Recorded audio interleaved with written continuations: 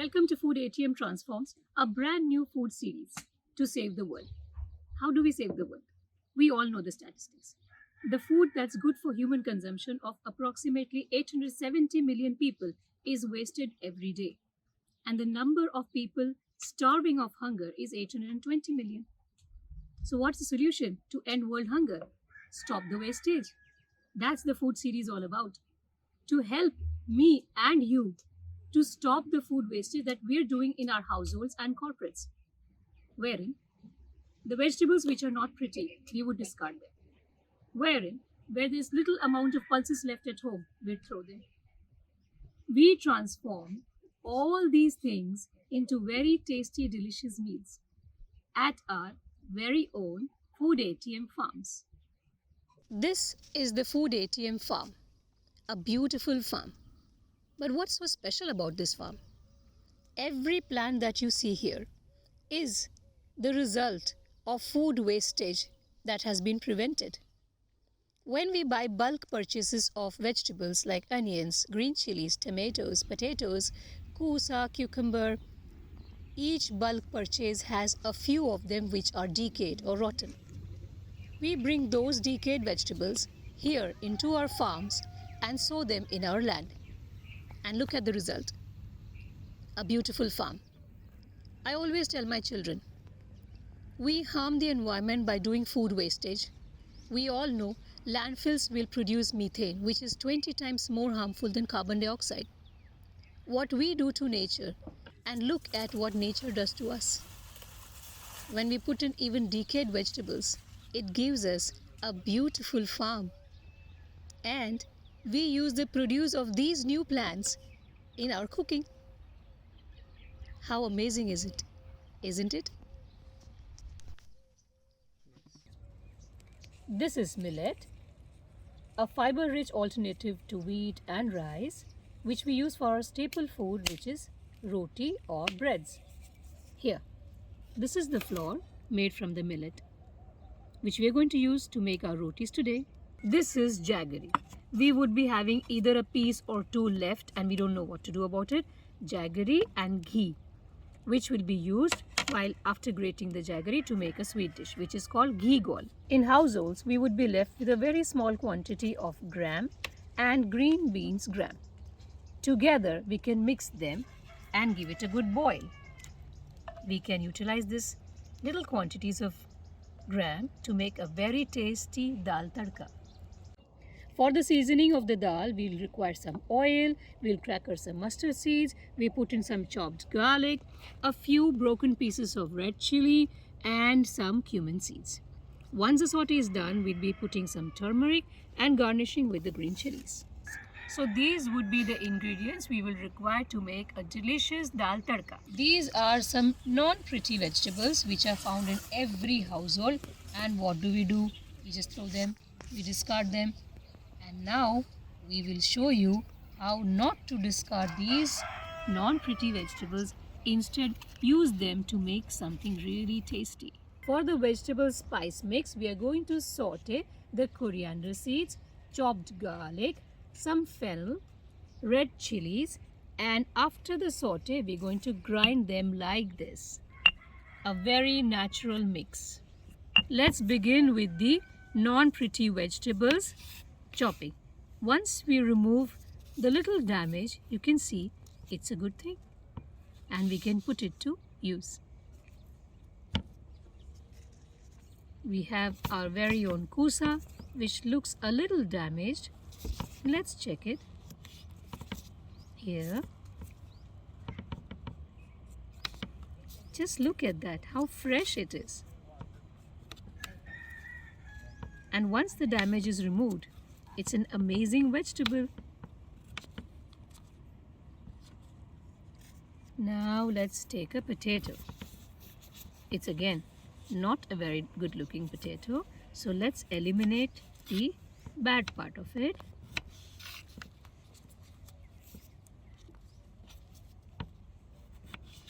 And look at that. Here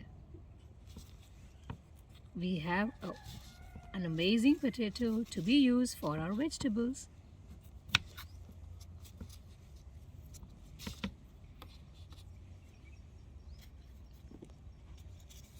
We have an onion,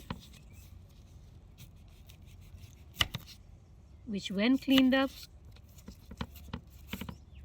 is an amazing vegetable. And yes, I guess there are no vegetable curries made without onions. Here, you have a really pretty onion out there. We're going to finely chop these vegetables up and get them ready to make a mixed vegetable curry. These are our household jaggery, a piece or two left over. What do? We just grate them. Very, very simple. This is the easiest recipe, I would tell you. Just grate the jaggery and we're going to mix it up with some hot ghee. I'll show you how to do it. That's about it. Here, we'll have a fine mixture of jaggery and ghee once we have grated almost half of this at least. For the dal tarka, first of all, we'll pour some oil. Although it looks like too much oil, the spoon is just a big in looks, not in content.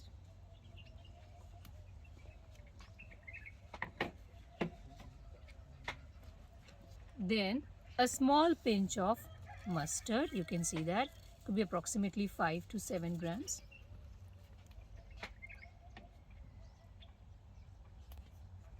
A smaller pinch of cumin seeds, 3 to 5 grams.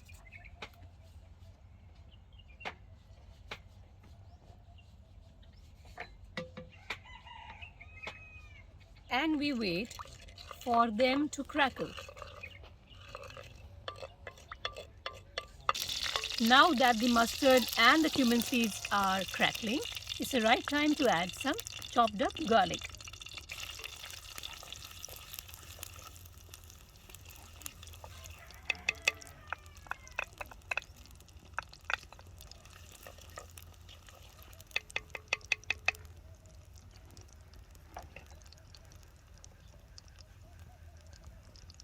We can add 1 or 2 full red chili, not more. We don't want to make it very spicy.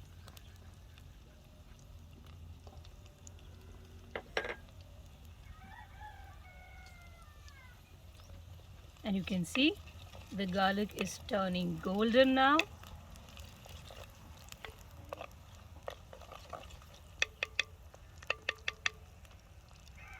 And the aroma is just amazing. Now that the garlic has become nice and golden, this is the most appropriate time to add a pinch of turmeric. Just about a little bit. And quickly give it a stir. You can see the oil is nice and yellow. And we start pouring our boiled dal.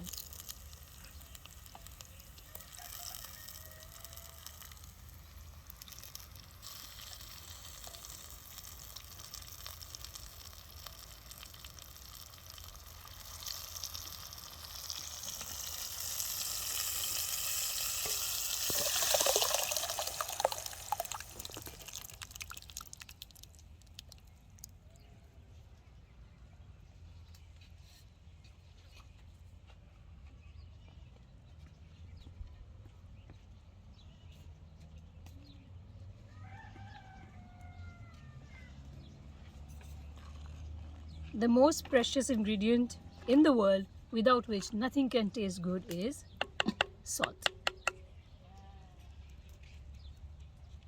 Add salt to taste.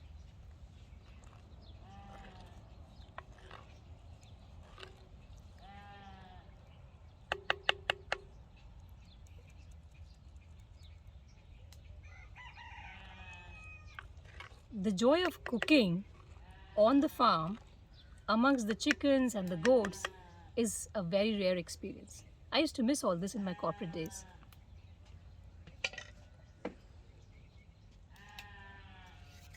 And now let me cover the dal so that it can simmer. In the meantime, we prepare something else. Now for the spice mix. for our vegetables. What do? We take some coriander seeds, around 50 grams, equivalent amount of fennel seeds, and some 2 to 3 maximum red chili, dry red chili, and we're going to saute this. Once we have successfully sauteed and they're a bit roasted, not too much, bit roasted, we would put in chopped garlic and we'll come up with our mix. Simple. So let's put it to a saute. We can see the charcoal is really hot. We've kept our frying and saute pan on the hot charcoal and we have started sauteing the spices. The coriander, the fennel and the red chili.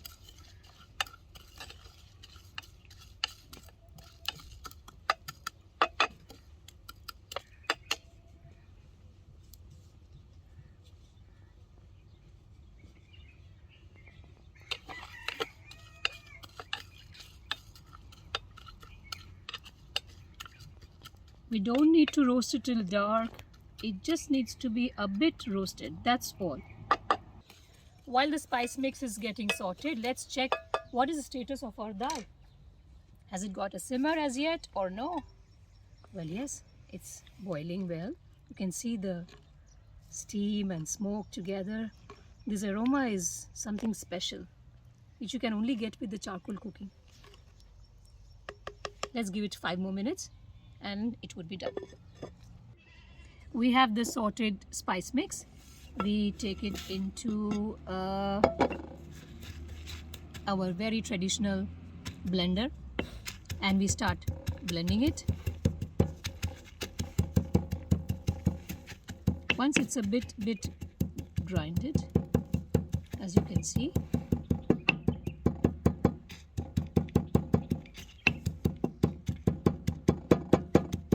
then I can add the garlic.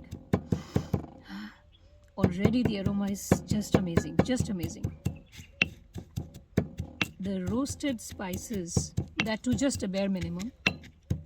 Coriander seeds, fennel and red chilies, that's it. And the fragrance is almost just so amazing. It's coarsely grinded already. It's time to put some garlic. Let's not make it too garlicky. Keep it to the minimum. If you can see the spice mix is of 100 grams, we can have garlic of approximately 30 grams. That's enough. 1/3 proportion of garlic. This is the only spice mix that's going into our vegetables. We are trying to keep everything at a bare minimum and let nature do the talking. I personally believe every vegetable has its own flavor and we cooks must allow those flavors to be the superior and not bombard every meal or every recipe with a lot of spices and masalas from our side. This is what we can call safely that hard work pays. Yes, all our roasted spices along with sliced up garlic looks like this here. Isn't it beautiful? Look at the colors. Let's begin preparing our mixed vegetable. The pan is already very hot. We're pouring some oil.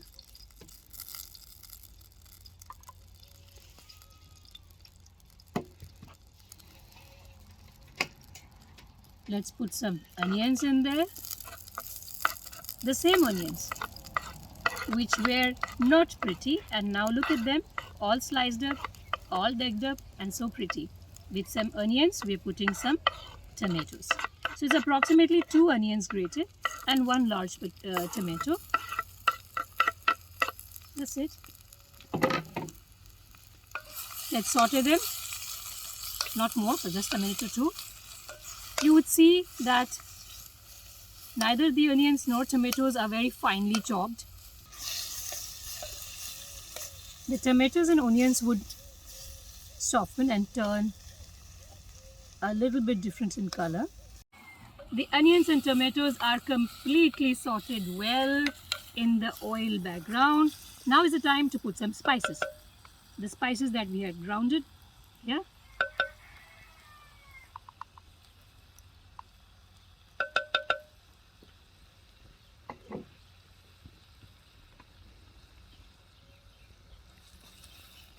Let me give it a mix.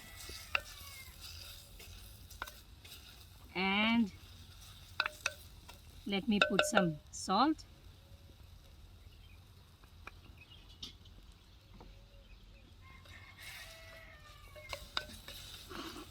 The aroma is just so amazing, so simple. We haven't put anything in large quantity. In fact, we have even limited the number of spices, just 2-3 of them, and only salt. So here are our chopped vegetables: the cabbage, the pumpkin, the kosa, the potatoes. They all go in.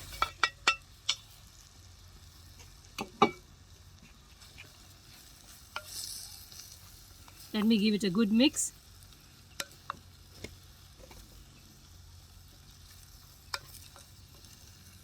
Here. Yeah. They are mixed, getting mixed well. Let me give them some time to themselves. Let me cover it.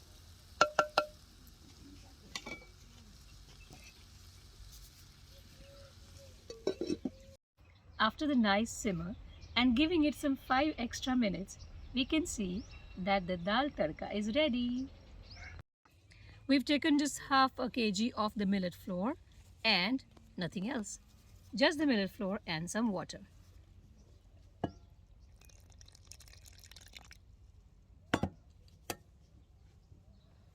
Once the dough is done, we're going to come up with medium size, approximately 100 to 150 grams of dough balls, which we are going to make them into rotis.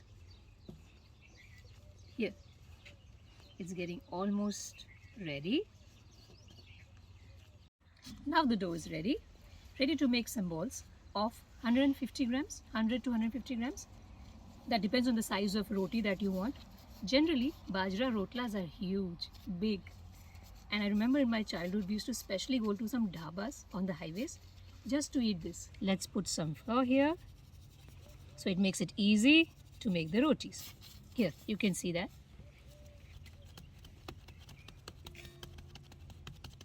It's a complete handmade thing.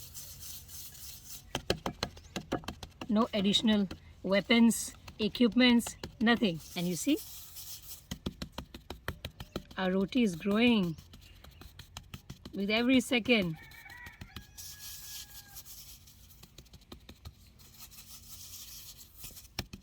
And this is how the bajra roti is made. A little bit of effort, but adds to the taste, the human touch. Yes, now that we have the bajra ka roti ready, let's put it on the tawa. Here you see, a very simple way of cooking.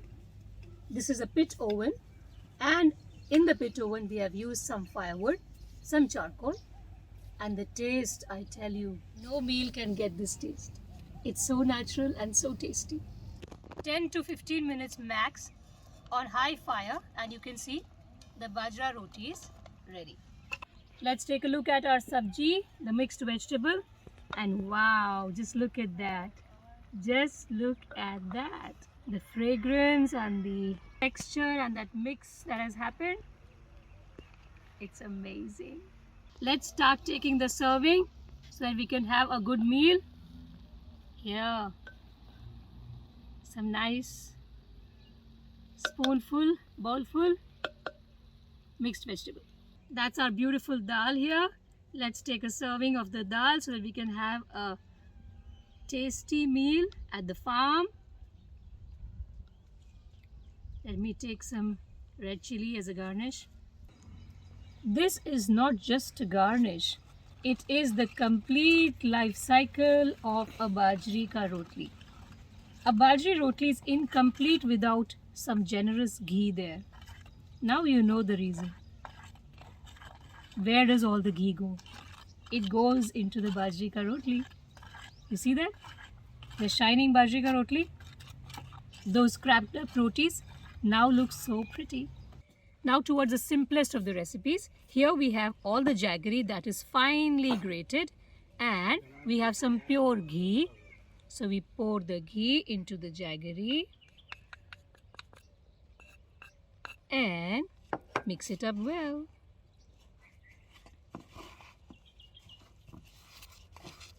So approximately for 100 grams jaggery, we would use 50 grams of ghee. So that's a proportion. So if you double up the jaggery, we double up the ghee.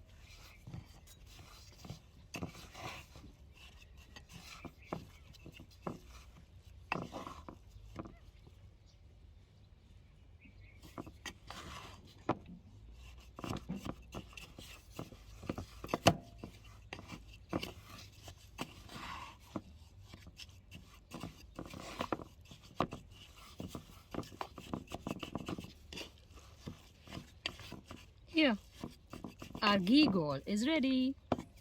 In fact, ready to serve. We have a nice, colorful, healthy radish here. Let's chop it up for a salad. Those are the lovely pieces of salad which has come up from our radish. Here, let me decorate that. Let me take one bajri ka rotla here. And let me take a nice, generous, big spoon of ghee gall. Do you remember that? Yes. The jaggery and fresh ghee. And that's the amazing meal. Look at it. Just so amazing. So what are we waiting for? Let's start. So that's the bajra ki rotli.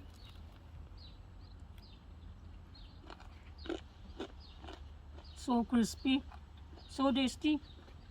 Where do I start? The dal.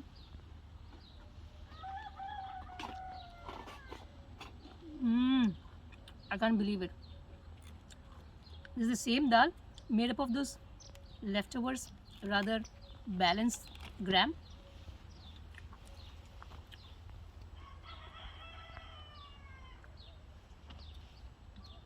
The mixed vegetable.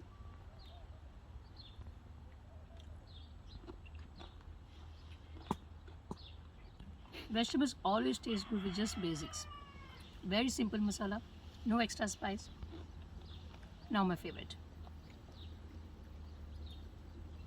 The ghee gall.